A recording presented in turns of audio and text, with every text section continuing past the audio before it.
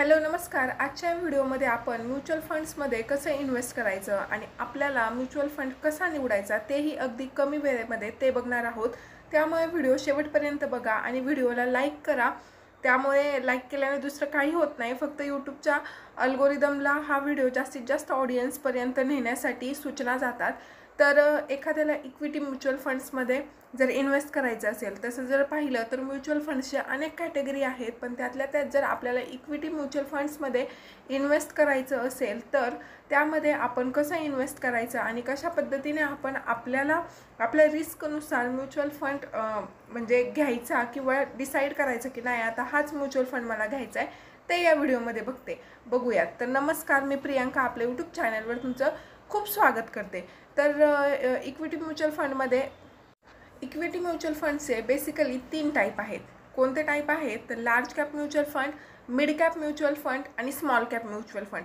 आता ह्या 3 म्युच्युअल फंडपैकी तुम्हाला कुठला म्युच्युअल फंड घ्यायचा आहे हे टोटली आपल्या स्वतःवर डिपेंड असतं.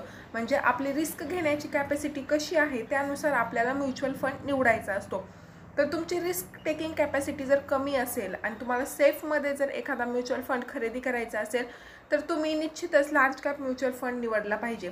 तुमची रिस्क टेकिंग कॅपॅसिटी हायर आहे, म्हणजे तुम्ही जास्त रिस्क घेऊ शकता. तुम्हाला जर रिस्क झाली तर तुम्ही ती मॅनेज करू शकता. असं जर तुमचं असेल तर तुम्ही नक्कीच स्मॉल कॅप म्युच्युअल फंडमध्ये इन्व्हेस्ट करू शकता. आता रिस्क टेकिंग कॅपॅसिटी जितकी जास्त तितकं शेअर मार्केटमध्ये तुम्हाला प्रॉफिट जास्त मिळतो असं सूत्रच आहे. आणि तुमची रिस्क टेकिंग कॅपॅसिटी जास्तही नाही आणि कमीही नाही तर तुम्ही मिड कॅप म्युच्युअल फंड नक्कीच घेऊ शकता. आता याच्यामध्ये कसं असतं की लार्ज कॅप म्युच्युअल फंडमध्ये कसं की रिस्क टेकिंग कॅपॅसिटी कमी असते आणि त्याच्यामुळं त्याचा जो परतावा असतो तो म्हणजे बाकीच्या 2 कॅटेगरीतल्या म्युच्युअल फंडपेक्षा थोडासा कमी असतो. आणि स्मॉल कॅप म्युच्युअल फंडमध्ये कसं असतं की तुमची रिस्क टेकिंग कॅपॅसिटी जास्त असते आणि त्याच्यामुळे त्याच्यात तुम्हाला परतावा जो असतो तो देखील खूप जास्त प्रमाणात मिळतो. आणि मिड कॅपमध्ये तुमचं ठरलं की आता आपल्याला लार्ज कॅप म्युच्युअल फंडमध्ये पैसे टाकायचे आहेत. तुम्ही जेव्हा क्रोम करता की तेव्हा लार्ज कॅप म्युच्युअल फंड जेव्हा तुम्ही ओपन करता तर 50हून अधिक लार्ज कॅप म्युच्युअल फंड तुम्हाला दिसतात.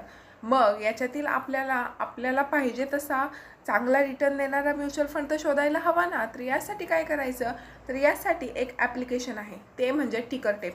तर टिकरटेप याच्या वेबसाईटवर तुम्ही जर गेलात तर त्याच्यामध्ये तिथे गेल्यानंतर तुम्हाला ड्रॉप डाऊन करायचं आहे. त्यानंतर म्युच्युअल फंड स्कॅनर करायचं आहे. म्युच्युअल फंड स्कॅनर केल्यावर रिसेट ऑल करायचे. रिसेट ऑल केल्यानंतर तुम्हाला इक्विटी हा ऑप्शन येतो, त्यावर क्लिक केल्यानंतर तुम्हाला लार्ज कॅप हा ऑप्शन दिसतो. लार्ज कॅपवर सिलेक्ट केलं की तुम्हाला वेगवेगळे प्लॅन्स दिसतात. त्याच्यामध्ये तुम्हाला ग्रोथ प्लॅन यावर क्लिक करायचे. त्याच्यामध्ये तुम्हाला 2 पॅरामीटर बघायचे. पहिला म्हणजे ॲसेट अंडर मॅनेजमेंट पॅरामीटर. हा पॅरामीटर जितका हाय असणार तितका तुमच्या म्हणजे फंडसाठी चांगलं असतं. त्यानंतर तुम्हाला फिल्टर लावायचं आहे ॲसेट अंडर मॅनेजमेंट आणि हे जितकं जास्त तितकं चांगलं असतं. त्यानंतर दुसरा पॅरामीटर आहे तो म्हणजे एक्सपेन्स रेशो. आणि एक्सपेन्स रेशो आयडियली जितका कमी तितकं तुमचा फंड हा चांगला परतावा देतो असं मानलं जातं. आता तुमचा समजा परतावा तुम्हाला त्या फंडचा बघायचा असेल तर तुम्ही त्यामध्ये 5 इयर्सचा CAGR फिल्टर करायचा आहे आणि तो CAGR हाय म्हणजेच तितका परतावा तुमचा चांगला आहे. आता याच्यामध्ये ना शार्पे रेशो हा एक शेवटचा फिल्टर आहे. तर शार्पे रेशो म्हणजे काय आता हे मी तुम्हाला थोडक्यात सांगते. आणि शार्पे रेशो हा फिल्टर लावला की तुम्हाला म्हणजे म्युच्युअल फंडचे सगळे पॅरामीटर तिथं कळतात आणि त्यावरून तुम्ही फंड घ्यायची की नाही हे सिलेक्ट करू शकता.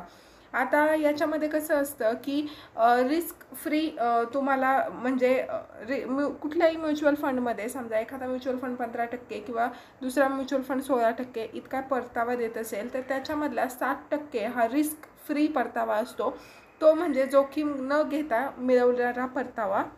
आता शार्पे रेशो कसा कॅल्क्युलेट करायचा तर शार्पे रेशो कॅल्क्युलेट करायचा आपल्याला मिळणारा परतावा वजा सेफ परतावा भागिले डेव्हिएशन. आता हे डेव्हिएशन काय असतं की तुमचा जो मिळणारा परतावा आहे थोडक्यात 15%, तर त्याच्या अलीकडे किंवा पुढे मागे आपला रिटर्न किती सरकतोय त्याला आपण डेव्हिएशन म्हणतो. आता समजा तुमचा मिळणारा परतावा हा असेल 15%, त्याच्यातून तुमचा सेफ परतावा किती आहे 7% भागिले तुमचं डेव्हिएशन आहे 4.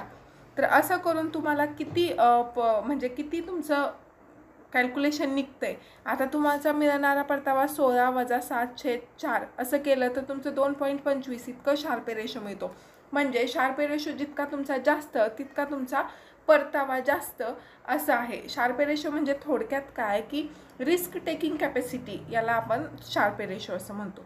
कुठले कुठले पॅरामीटर लावायचे हे तर तुम्हाला कळलेलं आहे ना. म्हणजे टिकर टेप ॲप्लिकेशन ओपन करायचं, त्याच्यामध्ये रिसेट ऑल करायचं, इक्विटीमध्ये जायचं, लार्ज कॅप करायचं, त्यानंतर ग्रोथ प्लॅनवर क्लिक करायचं, त्याच्यानंतर असेट अंडर मॅनेजमेंट बघायचं, CAGR बघायचं, शार्पे रेशो बघायचा. हे सगळं खटारोप करून झाल्याच्या नंतर आपण शार्पे रेशो तिथं टाकला की त्याच्यामध्ये तुम्ही लार्ज जर टाकला म्हणजे जितका जास्त शार्पे रेशो तितकं तुमचा म्युच्युअल फंड चांगला परतावा देणार, असं गणित आपण आत्ता स्पष्टीकरण बघितलेलं आहे. परंतु ज्यावेळेस आपण शार्पे रेशो हाय टाकतो त्यानंतर कुठलाही म्युच्युअल फंड तिथे येत नाही. मग तुम्ही मिड टाकायचा आहे, मीडियम. मग त्यानंतर तुम्हाला 3-4 म्युच्युअल फंड्सची नावं येतील.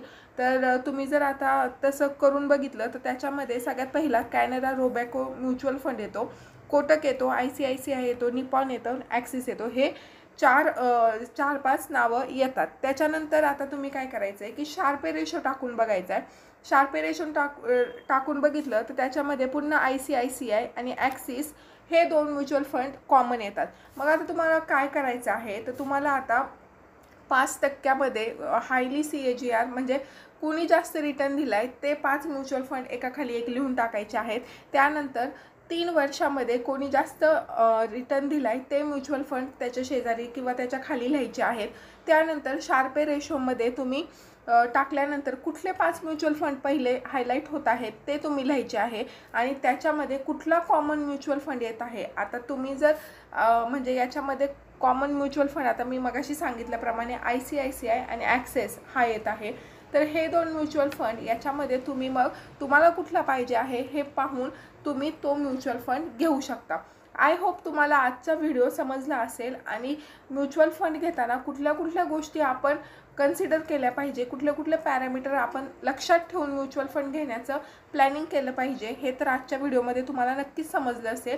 आणि व्हिडिओचा शेवट करताना तुम्हाला पुन्हा एकदा सांगते, प्लीज चॅनलला सबस्क्राईब करा आणि व्हिडिओला लाईक करा. आणि आवडला व्हिडिओ तर तुम्ही ह्याला शेअरसुद्धा करा तुमच्या फ्रेंड्सला, नातेवाईकांना. आणि इन्व्हेस्टमेंट ही कल करे सो आज करे, आज करे सो अभी. आणि होत असेल तर म्युच्युअल फंडमध्ये, SIP मध्ये किंवा कुठल्याही गोष्टीमध्ये इन्व्हेस्टमेंट